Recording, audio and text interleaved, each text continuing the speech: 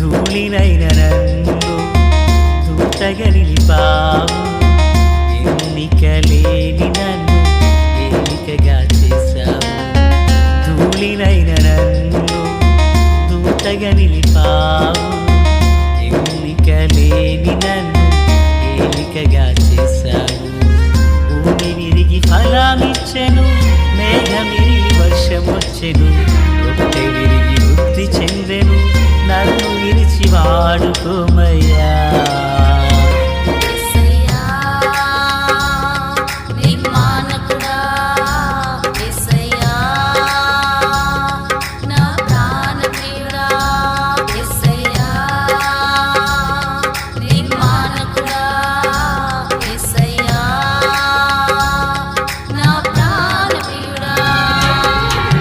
ధూళినైన నన్ను దూతగా నిలిపావు. ఎన్నికలేని నన్ను ఏలికగా చేశావు. ధూళినైన నన్ను దూతగా నిలిపావు. ఎన్నికలేని నన్ను ఏలికగా చేశావు. ప్రభు అయినటువంటి యేసుక్రీస్తు వారి పరిశుద్ధమైన నామంలో తండ్రి అయిన దేవాది దేవునికి నిత్యము స్తుతియు స్తోత్రములు, మహిమయు ఘనతయు ప్రభావములు యుగయుగములు ప్రభునకే చెల్లునుగాక. ఆమేన్. ప్రియులారా, బాగున్నారా? దేవుని మహాకృపను బట్టి మరో పర్యాయం మనం ఎలాగున దేవుని దైవవాక్యాన్ని ధ్యానించే కృపను ప్రభువారు మనకు అనుగ్రహించున్నారు. దయగలిగిన ఆయన ఆత్మచేత సమభూమి గల దేశమున ప్రభువు మనలను నడిపించునుగాక. ఆమేన్. గడిచిన పగలు రాత్రి దేవుడు క్రిస్మస్ ఆరాధన, సండే స్కూల్ పిల్లల యొక్క ప్రోగ్రామ్స్ని ప్రభు ఆశీర్వాదకరంగా జరిగించారు. దీని కొరకై ప్రార్థించిన వారికి, పాల్గొన్న వారికి, పరిచర్య చేసిన వారికి నిండు మనసుతో మా వందనాలు తెలియజేయచ్చు ఉన్నాము. అలాగనే పాల్గొనని వారును ఉన్నారు. వారిని బట్టి ప్రభును స్తుతిస్తున్నాం. మరొక మంచి తరుణం దేవుడు వారికి దయచేయాలని. సంతోషం ప్రియులరా. మరి ఈ నెలలో 4 క్రిస్మస్ ఆరాధనల విషయంలో మహాదేవుడు ఎంతగానో కృప చూపారు. దేవుడు చెప్పిన మాట ఎన్నటికీ నిరర్ధకము కానేరదు అనే సంగతి ఈ క్రిస్మస్ ఆరాధనలో ప్రభువు వెల్లడి చేశారు. ఎలాగునంటే, మనుషులను నమ్ముకొనుట కంటే యెహోవాను ఆశ్రయించుట మేలు అనబడిన మాట యొక్క ఆంతర్యం, ఆ పరమార్థం ఈ క్రిస్మస్ ఆరాధనలో ప్రభువు జరిగించారు. అందును బట్టి ప్రభువును స్తుతిస్తున్నాను.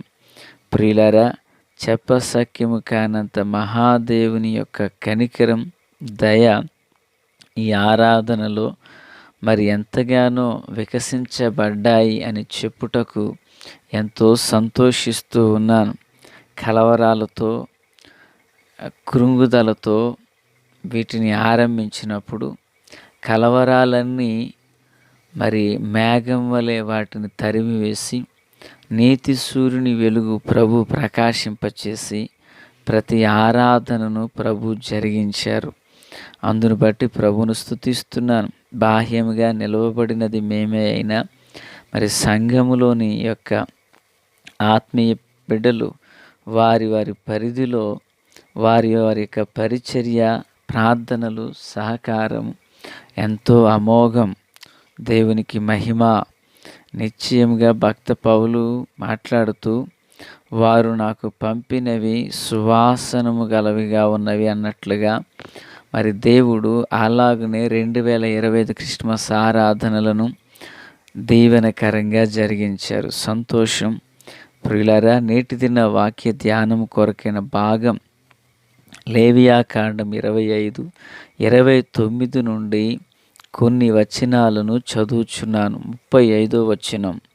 పరదేశి అయినను అతిథి అయినను నీ సహోదరుడొకడు పేదవాడై నిరాధారుడై నీ యొద్దకు వచ్చిన ఎడల నీవు వానికి సహాయము చేయవలెను, అతడు నీ వలన బ్రతుకవలెను. ప్రార్థన. తండ్రి దేవా స్తోత్రాలు, వాక్యం అందరి హృదయాల్లో ఫలభరితం చేయండి, మేలుతో నింపండి. మీరు ఆకడ కొరకు, రాజ్యం కొరకు సిద్ధం చేయండి. వాక్య ప్రత్యక్షత మాకు అనుగ్రహించండి. దైవ కృప అందరి యందు విస్తరించునుగాక. యేసునామమున ఆమేన్. ఆత్మీయులారా, బాగున్నారు కదా? మహాదేవుడు ఈ వచనంలో పరదేశిని గూర్చి మాట్లాడుచున్నారు. పరదేశి అయినను అతిథి అయినను నీ సహోదరుడొకడు భేదవాడై నిరాధారుడై నీ యొద్దకు వచ్చిన ఎడల నీవు వానికి సహాయం చేయవలెను, అతడు నీ వలన బ్రతుకును అంటున్నారు. పరదేశి ఒక ఇశ్రాయేలుని వలన సహాయము పొంది బ్రతకవలెను అంటున్నారు ప్రభు. ప్రియులారా, పరదేశి అనగా దేశము గాని దేశములో నివసించు వారినే పరదేశి అంటారు. ఒక మాట చెప్పాలంటే, ఇదిగో మాట్లాడుచుండిన నేను బాహ్యముగాను పరదేశిని, ఆధ్యాత్మికంగాను పరదేశిని. అంటే ప్రియులారా,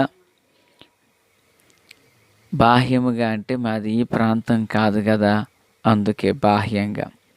ఆధ్యాత్మికంగా అంటే మరి నేను ఈ లోక సంబంధిని కాదు, మనము పరసంబంధమైన వారము. నేను మాత్రమే కాదు, ఈ మాటలు వినుచున్న మీరును మనది ఈ లోకం శాశ్వతం కాదు, మనది నిత్యలోకము, నిరంతరము ఉండే రాజ్యము. మనము పరసంబంధులము, భూ సంబంధమైన వారము కాదు, భూమి మీద మనసు పెట్టే వారమును కాదు. దేవునికి స్తోత్రాలు. ఆత్మీయులారా, క్రీస్తునందు నాకు అత్యంత సన్నిహితులారా, పరదేశి నీ వలన బ్రతకాలి అంటున్నారు. ఎవరు పరదేశి అంటే, నా దేవుని ప్రియులారా, ఇశ్రాయేలీలు ఐగుప్తు దేశంలో నుండగా వారును కూడా పరదేశులే కదా, వారును కూడా పరాయి దేశంలో నివసించిన వారే కదా. పరదేశి యొక్క మనసు ఎలా ఉంటుందో మీరు ఎరుగుదురు.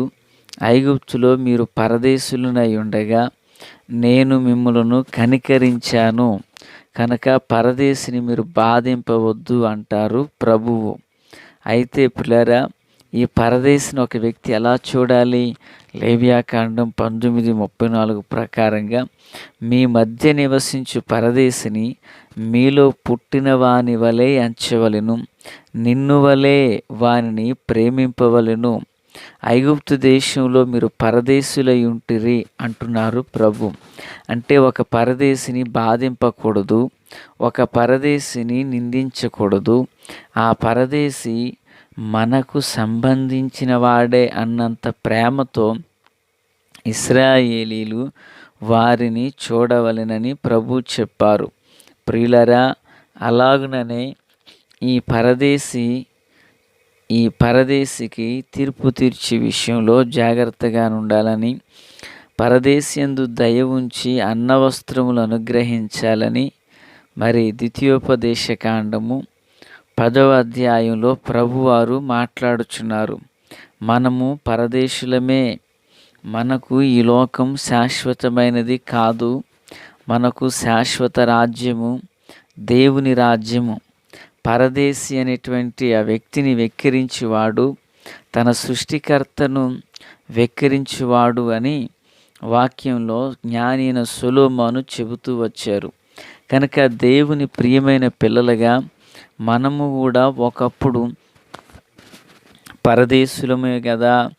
ప్రియమైన వారలారా, మనము ఒకప్పుడు పరదేశులమునై ఉండగా ప్రభువు మనలను కనికరించారు. ఇశ్రాయేలీలు ఐగుప్తు దేశంలో పరదేశులనై ఉండగా దేవుడు వారిని కనికరించారు. అలాగుననే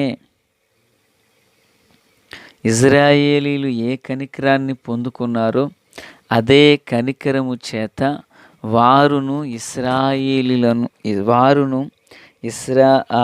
పరదేశులుగా వచ్చిన వారిని ఇశ్రాయేలీయులు కనికరించాలని ప్రభువు చెబుచున్నారు. ప్రియులారా, ఈ మాటలు వినుచున్నప్పుడు మీకేమర్థమవుతున్నది? ప్రభువు నేర్పిన ప్రార్థనలో ఒక మాట సందర్భం ఉంటుంది. మీరు ఇతరులను ఎలాగునైతే క్షమిస్తారో పరలోకపు తండ్రి మీ దోషములను అలాగున క్షమిస్తారు అని ప్రభువు చెప్పారు కదా. దేవునికి స్తోత్రం. మరి మాటలు వించిన ఆత్మీయులారా, మనము ఇతరులకు ఎలాగునైతే సహాయపడి మన వలన వారికి మేలు కలుగుటకే మనం జీవిస్తామో అలాగుననే దేవుని వలన మనకు సహాయం అనుగ్రహించబడి దేవుని వలన మనము జీవించబోచున్నాము. ఆమేన్. క్రీస్తునందు నాకు అత్యంత సన్నిహితులారా, యేసు ప్రభులు వారు చెప్పారు, మీరైతే ఎట్టి వారిని గూర్చేను నిరాశ చేసుకొనక మీ శత్రువును ప్రేమించుడి, మేలు చేయుడి, అప్పు ఇయుడి, అప్పుడు మీ ఫలము గొప్పదయుండును, మీరు సర్వోన్నతుని కుమారులయుందురు. ఆయన కృతజ్ఞత లేని వారి ఎడలను దుష్టుల ఎడలను ఉపకారి అయ్యున్నారని ప్రభువారు చెప్పారు.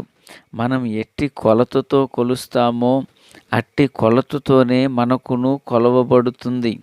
ఆత్మీయులారా, క్రీస్తునందు నాకు అత్యంత సన్నిహితులారా, పరదేశిని మనం క్షమించి కనికరించి హక్కును చేర్చుకున్నప్పుడు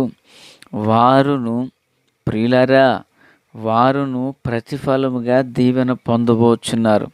ఎంతటి దీవెన! కీర్తనల గ్రంథం 37:26లో దినమెల్ల వారు దయాళురై అప్పు ఇచ్చుచుందురు, వారి సంతానపు వారు ఆశీర్వదించబడుదురు. ఒక పరదేశిని క్షమించి పరదేశిని హక్కును చేర్చుకొనిన వారు ప్రభువు యొక్క కృపను బట్టి ఫలము నొందుచున్నారు. కనుక దేవుని పిల్లరా, ఇశ్రాయేలీలు ఐగుప్తులో పరదేశులై ఉండగా ప్రభు కృపను పొందినట్లుగానే వారు స్వదేశానికి వచ్చిన తర్వాత పరదేశుల ఎడల ఇట్టి మనస్సు కలిగి ఉండాలని ప్రభువు చెప్పారు. కనుక దేవుని పిల్లలముగా అట్టి మనస్సును మనం ఆయుధంగా ధరించుకొని ప్రభువు యొక్క కృపను పొందుకుందుము గాక. ఆమేన్. తండ్రి దేవా స్తోత్రం. వాక్యం అందరి హృదయాల్లో ఫలభరితం చేసి మేలు చేత నింపి నడిపించమని యేసు నామమున ఆమేన్. Praise the lord.